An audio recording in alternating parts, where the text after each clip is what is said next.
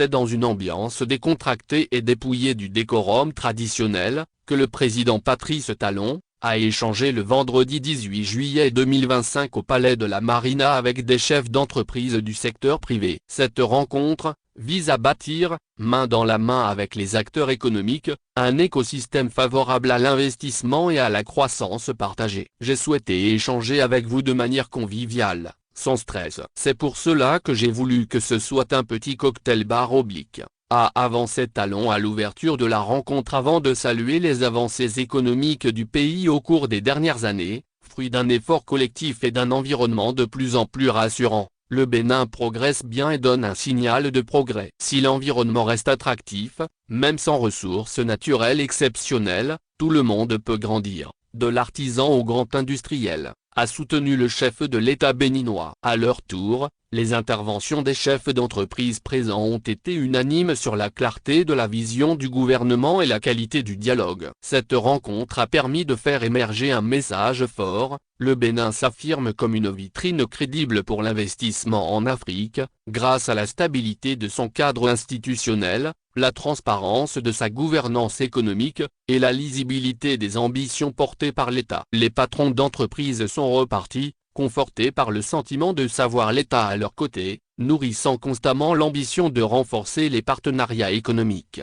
Au Togo, tout vire au vinaigre pour les entreprises du bâtiment et des travaux publics, BTP, longtemps considérées comme des acteurs clés de la politique nationale des grands travaux. Réunis mardi 29 juillet 2025 à Lomé, les membres du Groupement national des entrepreneurs de BTP du Togo, GETP, ont exprimé leurs inquiétudes croissantes face à une série de défis qui menacent la survie même du secteur local. Au cœur des doléances figure l'envahissement du secteur par des opérateurs étrangers, souvent mieux financés, mieux structurés et bénéficiant d'un accès privilégié au marché public, selon le confrère Republic of Togo.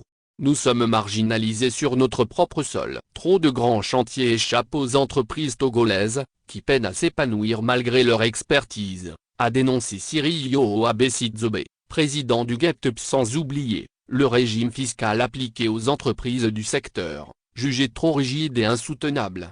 Une entreprise qui gagne un marché d'1 milliard après 2 années sans activité se voit imposer des frais d'enregistrement de 25 millions de FECFA. C'est un non-sens économique. Sans interlocuteur, ces entrepreneurs pointent du doigt l'accès inéquitable aux appels d'offres, la complexité des procédures, et des conditions de financement de plus en plus inadaptées à leur réalité économique.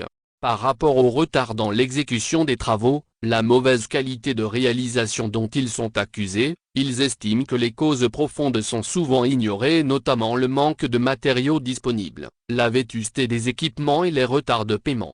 Devant cette situation critique, le Groupement national des entrepreneurs de BTP du Togo appelle le gouvernement à renforcer son soutien au secteur, à travers un accès plus équitable au marché public, une fiscalité adaptée à la réalité des PME locales, un financement structuré via des mécanismes publics ou privés et des mesures incitatives à la modernisation des équipements, conclut le confrère en ligne.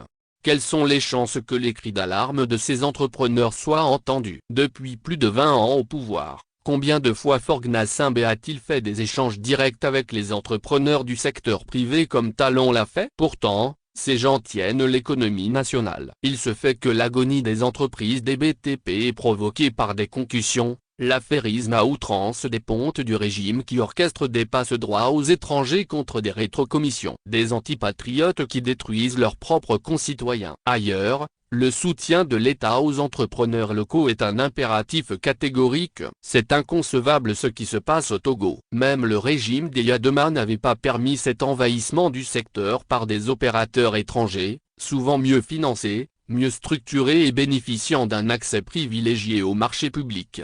Kwaku Agbemebio. Source, Le Correcteur.